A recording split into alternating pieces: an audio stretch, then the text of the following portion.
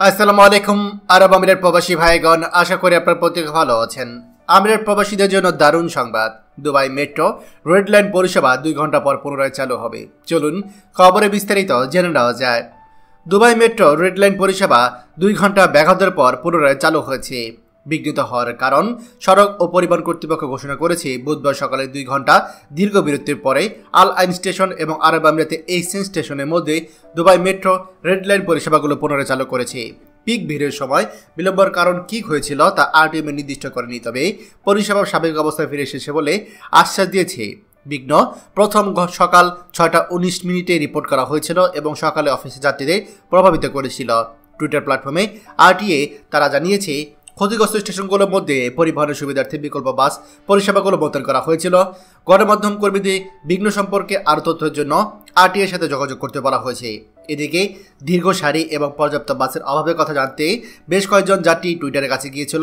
একজন যাত্রী বলেন, আমি তখন ডিএমসিসি স্টেশনে পৌঁছে ঠিক তখনই খুঁজে বের করছি। স্টেশনের আশেপাশে কোথাও পাওয়া যায়নি এবং বাসের তথ্য পাওয়ার জন্য কোনো স্টাফ বা কোনো রকম কোনো চিহ্ন ছিল না। আমি গন্তব্যে পৌঁছানোর জন্য ট্যাক্সি দিয়ে যাই এবং আরও ভালো ব্যবস্থা থাকা উচিত বলে মনে করছেন তিনি। সাধারণ জনগণ বলেন, দুবাই ইন্টারনেট সিটিতে গত 45 মিনিট ধরে কোনো বাস নেই। দীর্ঘ এই সারি সম্পর্কে এক যাত্রী বলেন, এসডিবিএস মেট্রো স্টেশনে আটকে আছেন তারা, কোনো বাস নেই। জনগণ সংবাদকর্মীকে বলেন, সকাল 7টা থেকে এখানে অপেক্ষা করছি, এমনকি স্টাফরা জানে না যে বাস আসবে কিনা। 19 মে পরিবহন কর্তৃপক্ষ রেকর্ড বৃষ্টি এবং পরবর্তী বন্যার কারণে 1 মাস বন্ধ থাকার পর বৃষ্টিআক্রান্ত মেট্রো স্টেশনের মধ্যে আবার 3টি চালু করেন।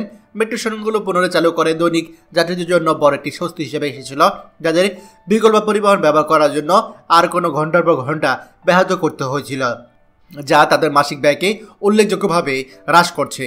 আরটি জানিয়েছে যে চতুর্থ স্টেশন এনার্জি মেট্রো স্টেশন সমস্ত প্রয়োজনীয় রক্ষণাবেক্ষণ এবং পরীক্ষার জন্য পরে 28 মে পুনরায় চালু করা হবে।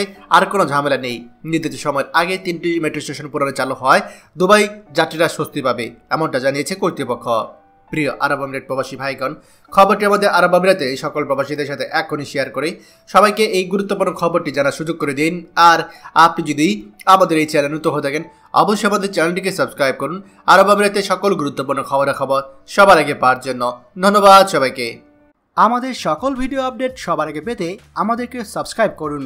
সাবস্ক্রাইব করতে সাবস্ক্রাইব বাটনে ক্লিক করুন এবং বেল আইকনটি চাপুন, যাতে আমাদের কোনো লেটেস্ট ভিডিও আপনি মিস না করুন।